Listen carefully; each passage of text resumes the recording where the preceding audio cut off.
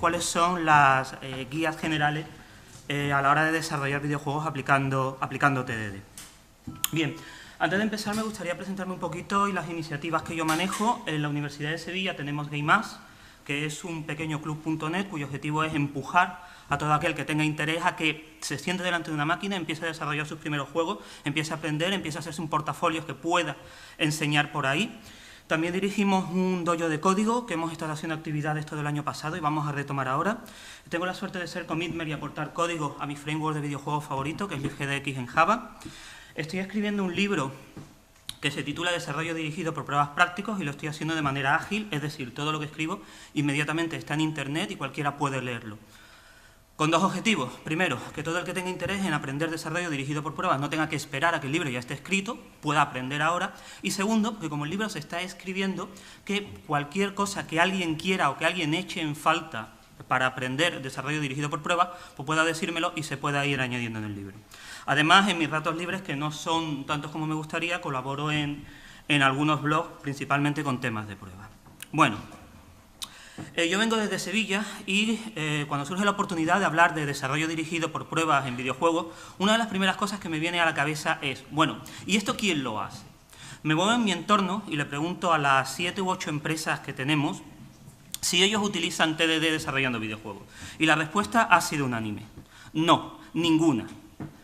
Los motivos varían bastante, es decir, me he encontrado empresas que han intentado aplicar TDD, lo ven con buenos ojos, están encontrando una curva de entrada demasiado pronunciada. Me he encontrado empresas que no saben lo que es TDD, no tienen interés, en su día a día no lo han aplicado nunca y no ven motivos para cambiar. E incluso me he encontrado justo lo contrario, de empresas que justifican el no utilizar TDD porque defienden que la mayor parte de su trabajo es ajustar los detalles del juego y que realmente tampoco pierden tanto tiempo escribiendo código y que no lo ven necesario. Con lo cual me deja a mí, como la única persona de Sevilla que yo conozco, que desarrolla videojuegos aplicando TDD. Para mí sí es útil y ya os contaré un poquito al final cuál ha sido mi camino y cómo he llegado a aplicarlo. Bien, estamos hablando de TDD y yo me imagino que la inmensa mayoría de todos los que estamos aquí ya sabemos qué es TDD, que es desarrollo dirigido por videojuegos, bien porque ya lo supiéramos de antes o bien porque estuvimos en la estupenda charla que nos dio ayer Kini, en la que en 40 minutos pues, nos usó un máster de prueba. De todas maneras, para los que no lo tengan muy claro y sobre todo para que todos sepamos qué es lo que nos aporta TDD, me gustaría poneros un pequeño vídeo en el cual vais a ver muy claro, o muy oscuro en este caso, cómo funciona TDD, ¿de acuerdo? Tenemos ahí a nuestro ratoncito, que sería nuestro equipo de desarrollo, empieza un nuevo proyecto, todos están muy ilusionados, todos tienen muchas ganas, las primeras historias están muy claras, el código empieza a fluir, vamos escribiendo, utilizamos este framework, utilizamos esta librería, todos somos felices, todo va muy bien, estamos en la gloria, el trabajo avanza y de repente, ¡pam!, surgen los problemas. Los cambios empiezan a ser cada vez más difíciles, empiezan a aparecer fallos que no nos habíamos esperado, no sabemos muy bien por dónde meterlo mano, pasamos mucho tiempo probando el código, cambio una cosa, ahora tengo que probar la aplicación, tengo que volver a meter otra vez los mismos datos a ver si funciona, ay madre mía que no sé qué he cambiado, empiezo a meter mensajes de traza por todos lados a ver si encuentro el fallo, pero no os preocupéis, porque en este caso el equipo de desarrollo estaba utilizando TDD, lo tenía todo controlado, había estado haciendo las pruebas, había estado desacoplando el código, tiene muy buenas refactorizaciones y con eso lo que ha conseguido es que las debilidades se conviertan en fortaleza. Fallos vamos a tener todos y de hecho la palabra fallo me parece horrible porque no son fallos, son cosas que vamos descubriendo a medida que vamos haciendo el desarrollo y que nos hacen más fuertes, como podéis ver ahí.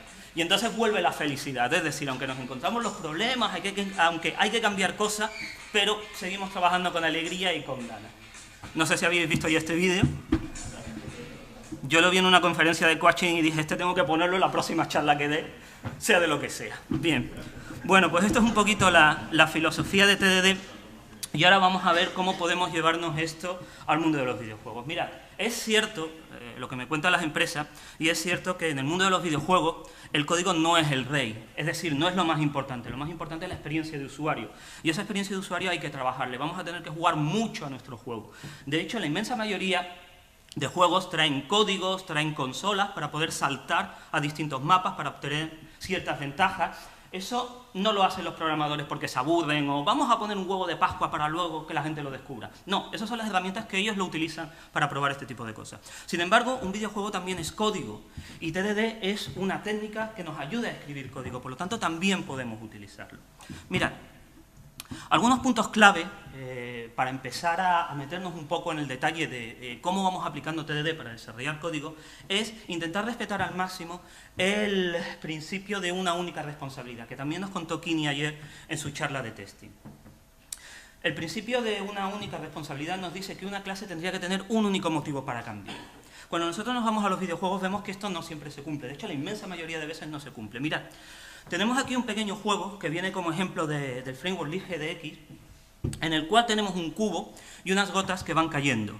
El objetivo del jugador es coger las gotas van apareciendo, tenemos sonidos cuando cogemos unas gotas, etcétera, etcétera. Todo esto está en una única clase, todo mezclado.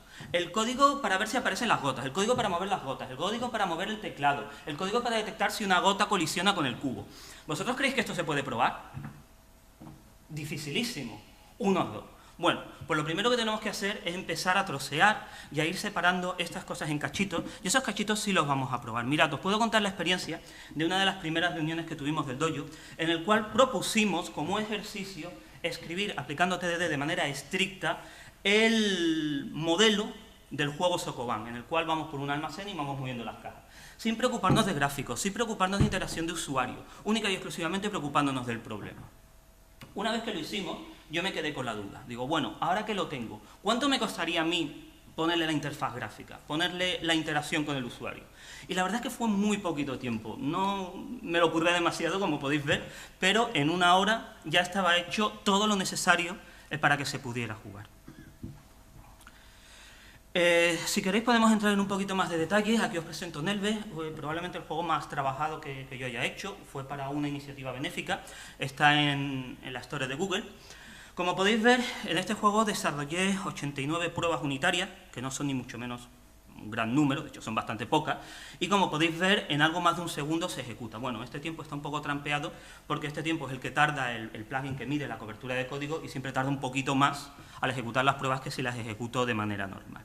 Bien, como podéis ver aquí, la cobertura del código es de 35,6%, y esto no es algo bueno, de hecho es algo malo, es algo que va a mi demérito.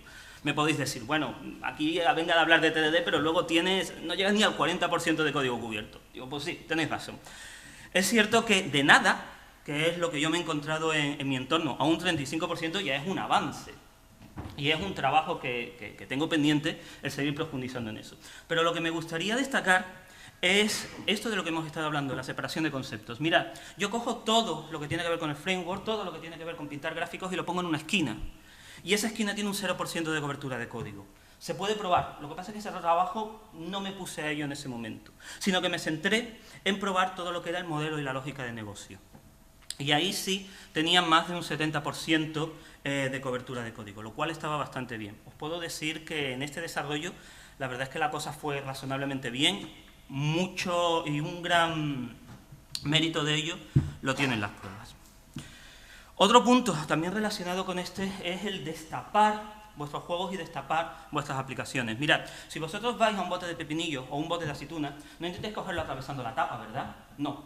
Abrís la tapa, metéis la mano y cogéis la aceituna. Vale, pues esta misma estrategia la podemos aplicar a la hora de probar aplicaciones y también la podemos aplicar a la hora de desarrollar juegos. Mirad, este es otro juego que hice de ejemplo, esta es en mi etapa JavaScript, en el cual vosotros podéis ver que tenemos ahí una serie de gemas que se van a ir moviendo. Bueno, ¿cómo verificamos, cómo probamos que todo se está moviendo bien y va dentro de los cauces? Bueno, pues vamos a destapar. Donde vosotros veis gráficos, yo lo que veo es una simple estructura con unas componentes X e Y, unos métodos en los cuales yo puedo saber si esas propiedades están evolucionando correctamente. Y verlo de esta manera, verlo desde la perspectiva de la derecha, ya me empieza a abrir la mente para desarrollar pruebas. Bueno, como ya tenemos más o menos todo el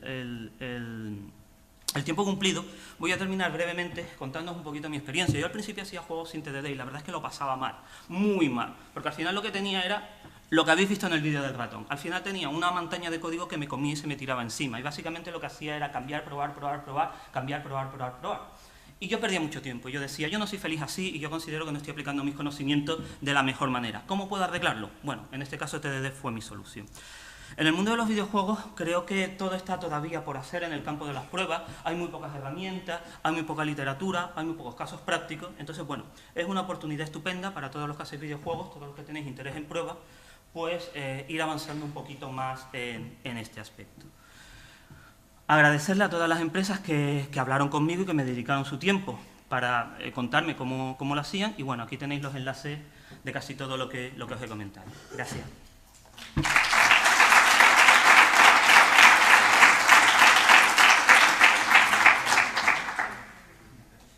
Creo que tenemos un poquito de tiempo por si alguien quiere hacer alguna pregunta.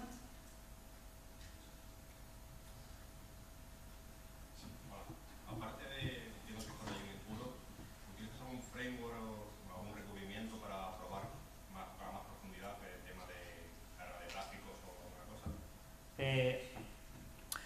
¿O moquear? Sí, no, es decir, la tarea del mocking es una tarea que no le he mencionado porque todavía la tengo un poco en pañales, pero es una cosa que hay que hacer. Es decir, se tiene mucha dependencia de los frameworks y de las librerías gráficas y indudablemente a la hora de probar hay que romper esa librería. A veces es un poquito más fácil, a veces es un poquito más difícil. Es decir, por ejemplo, yo la carga de gráficos la puedo moquear bien en LibGDX y no tengo problema. Lo que pasa es que todo lo que depende de eso, a la hora de generar las texturas y de generar los gráficos, me falla. Tengo que seguir profundizando un poquito más en el mocking. Una manera de intentar soslayar el problema es lo que yo te he comentado, intentar mover todo lo del framework a un lado y todo lo que no es del framework a otro. A lo mejor alguien me puede preguntar si eso no tiene un impacto en el rendimiento. Bueno, en este caso estamos hablando de juegos casuales y aunque tuviera un impacto en el rendimiento, yo siempre aconsejo a todo el mundo que el rendimiento sea algo que se haga después y no en las primeras etapas. Al tenerlo todo por separado, me es más fácil independizarme hasta que los mocks estén un poquito más desarrollados.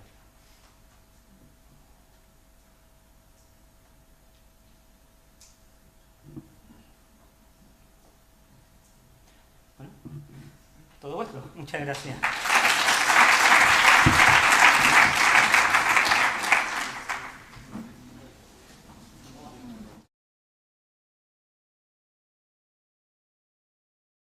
Colaboro en algunos blogs, principalmente con temas de prueba.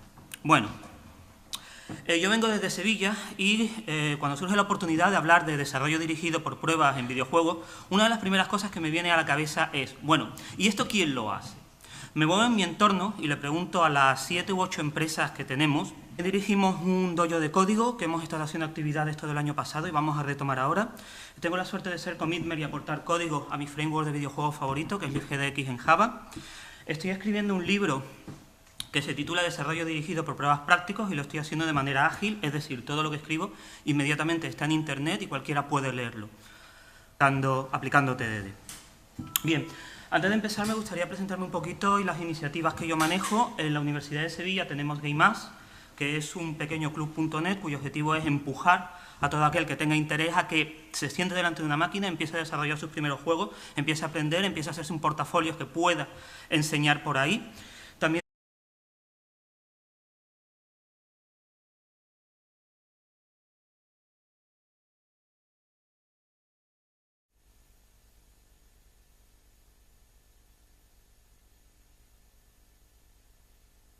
cuáles son las guías generales a la hora de desarrollar videojuegos aplicados. Con dos objetivos. Primero, que todo el que tenga interés en aprender desarrollo dirigido por pruebas no tenga que esperar a que el libro ya esté escrito, pueda aprender ahora. Y segundo, que como el libro se está escribiendo, que cualquier cosa que alguien quiera o que alguien eche en falta para aprender desarrollo dirigido por pruebas, pues pueda decírmelo y se pueda ir añadiendo en el libro. Además, en mis ratos libres, que no son tantos como me gustaría,